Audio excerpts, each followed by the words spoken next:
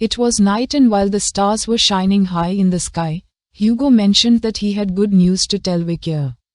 They both started walking down the hallway and, with a curious expression.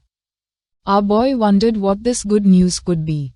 While Hugo's eyes shone with joy, he nodded his head and, with a smile, revealed that he had named him Senator. Upon hearing this, Vicky's eyes widened in surprise and his jaw dropped in shock. He couldn't believe what his ears had just heard. Our boy fixed his gaze on the ground and tried to stay calm. He knew that the rank of senator was equivalent to that of the 7 counts. Hugo turned toward him with a serene expression, began to show a smile and nodded his head, confirming that he was right. A senator was practically the real power within a noble house, and, above this position, there were only him and the main patriarch. Hugo's mind filled with curiosity. He put his hand on his chin and began to ponder, probably even reviewing almost 100 years of family history. Bikir was the youngest who had ever existed. Without wasting another second, Vikir placed his hand on his chest and bowed his head to the head of the family as a form of gratitude, promising that he would do his best. Hugo came out of his thoughts and his eyes began to shine with joy. He felt proud of his son. Vikir began to gaze at the ground and his eyes began to shine with sadness. The image of Sindai Wendy, Chihuahua and Mini Pin came to his mind. He reflected on the title of Senator of the Council. Although this came with many privileges, the greatest advantage was being able to freely appoint his advisors, and he already had some people in mind. Our boy turned to Hugo and with a calm expression mentioned that he had heard that lately everyone was having difficulties because of Parmerian's whims. Hugo's hand began to tremble, he looked away. And remembered that raising a child was always such a process, but in truth, the happiness his granddaughter gave him was much greater.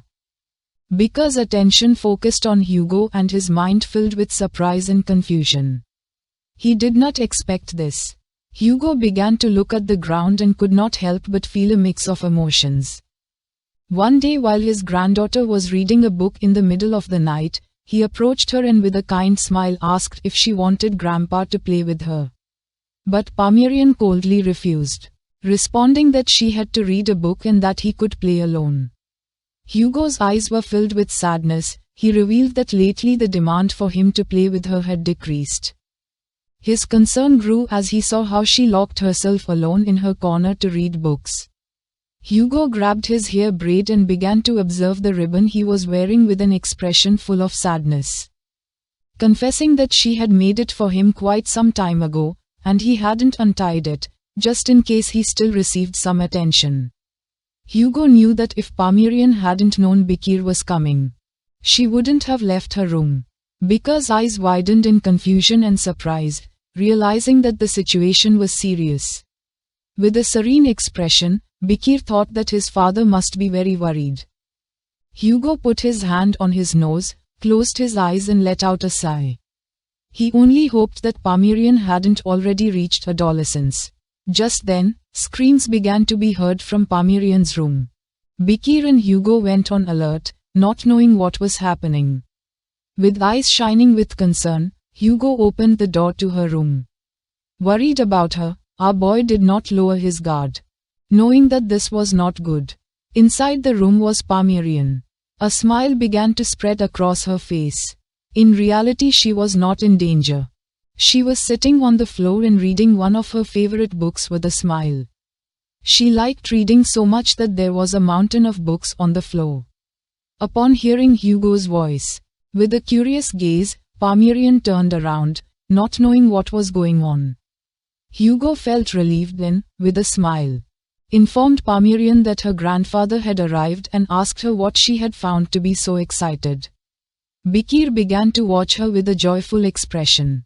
Hugo bent down to pick up Parmerian in his arms, but she ran out and gave our boy a hug, asking him why he had taken so long to arrive and confessing that she had missed him.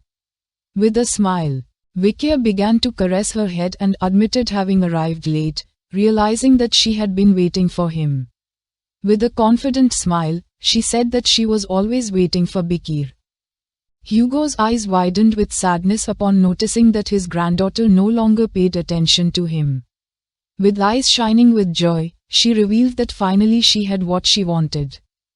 Our boy felt somewhat confused since he didn't know what she was talking about. Parmerian opened one of the books she was reading.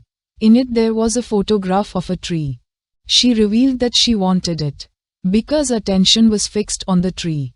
It was the tree of spear. It was said that the supreme master of magic, Setsa Mog, had planted it deep within the enemy's flood in the Black Mountains, in the White Salt Desert. It was a manna tree that took root in the heart of the wizard and grew by feeding on the karma of souls. The condition for its seed to germinate was a great number of deaths. By consuming the fruit from this tree of spirits, one could obtain power from spirits who had served as fertilizer. Bikir began to observe carefully with surprise upon recognizing the tree of spirits. A tree from the world of images that only appeared in myths. He wondered if she had been searching for this among so many books and all that content.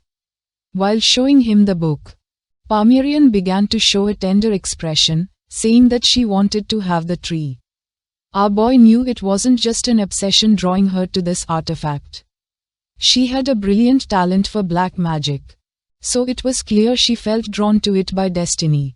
Just before Vikia could make a decision, Hugo stood up and caught his attention. Parmerian and Bikir turned around and couldn't help but feel somewhat confused. With eyes shining with rage, Hugo began to stare at Vikia and mentioned that he didn't know what it was. But if it was something Parmerian desired, he had to bring it without fail, no matter the cost. With this, the mission would be considered complete. Bikir began to show a confused gaze. He was losing his mind. Despite this, he understood and accepted the order. It was a mission order from the Iron Blood Sword family. He had to obtain the Tree of Spirits, an extremely difficult task. A few days later, our boy headed to Height 207 on the western front of the flood of enemy Black Mountains. Bikir began to make his way through the bushes.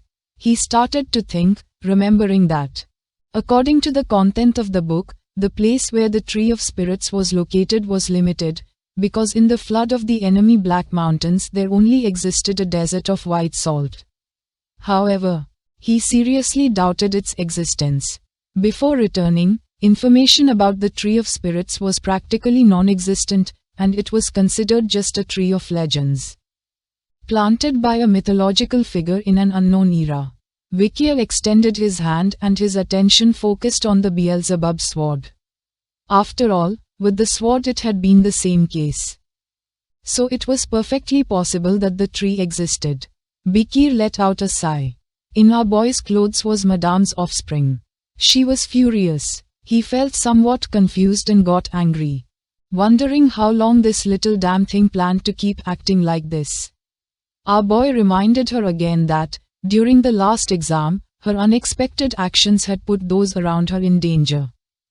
Because of this, to avoid any accident in the Contempt for Death contest, he had kept her inside the ring's barrier. The little spider was very furious. Vikia began to touch his cheek and remember the battle that the students had against Madam Spider. Of course, he had been the cause of this commotion, so he didn't have much to say about it either.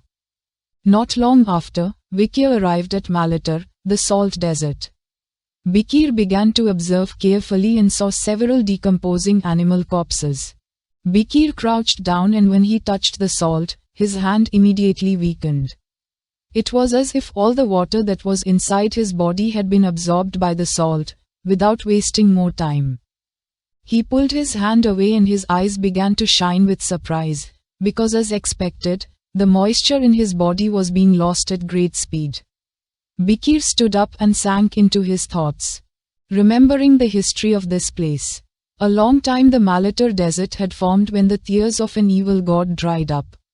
The land, with its extreme drought, absorbed the moisture from everything it touched and had turned countless creatures into mummies. Bikir's attention was fixed on his hand. Although there was information that the Tree of Spirits was here, now he understood why no one had managed to find it. He began to observe the corpses of the animals and realized that an ordinary person or a magical beast could not even cross this desert. They would die of dehydration the moment they stepped on this land. Our boy put on his hood, and while his eyes were shining with confidence, he focused. In the blink of an eye, Bikir made the moisture that his hand had lost due to the salt regenerate, with the blessing of the river Styx and the regenerative power of the swamp merman. He could indeed achieve it. Bikir descended into the salt desert and began to walk toward his destination. Our boy had been walking for more than 2 hours. Just then, Bikir felt something strange in his left knee. He adjusted his hood and his eyes began to shine, putting him on alert. Just as he suspected, he realized that it had been a mistake to rely only on the information from the book. If he continued like this, he wouldn't even be able to get out of the desert. Just then, his attention was fixed on something and his eyes widened in surprise. A powerful tornado appeared in front of him. It was a sandstorm. He cursed under his breath, wondering where it had come from so suddenly since he hadn't even felt it approaching. Bikir moved to the side to try to get out of the tornado's path. Bikir's plan did not work as little by little the tornado was getting closer to him. With an expression full of determination, he asked the small spider not to come out until he told her it was safe, warning her that this was dangerous. With an expression full of fear, the small spider hid inside his clothes. Bikir drew his sword Beelzebub and imbued his mana into it. He knew that in order not to be erased without a trace, they had to counteract the storm with a stronger power. He concentrated and used technique 7 of the Baskervilles and then forcefully swung his sword. A powerful slash began to advance little by little toward the storm, while it approached our boy. Bikir clenched his teeth tightly and the storm began to cause small wounds on his face. Blood started to emerge from his wounds. Upon seeing this, the little spider's eyes filled with sadness and worry. She didn't know if Bikir was okay. Bikir's attack worked since not long after. The storm began to disappear. The glasses he was wearing broke and fell to the ground, and he couldn't help but clench his teeth tightly, furious. He hadn't even seen the Tree of Spirits yet and they were already giving him a welcome like this. He didn't even know how to react. At the same time, the little spider was trembling with fear. Bikir's attention focused on her. He hoped that she was still alive. She didn't stop trembling and with a smile, Bikir told her that now that everything was over, she could come out. Asking her why she was doing this. Not far from Bikir there was a monster with sharp teeth, his attention fixed on it, and his eyes widened in fear. Bikir stood up and went on alert. Not knowing what was happening, his eyes began to shine with surprise and confusion. He couldn't believe what his eyes were seeing. The little spider hid again inside our boy's clothes and couldn't help but feel afraid. In front of them there was a gigantic tree, and they were standing in the mouth of the corpse of a monster. Bikir didn't know what was happening or what this place was. This is the end of the video. If you guys want to see the next part,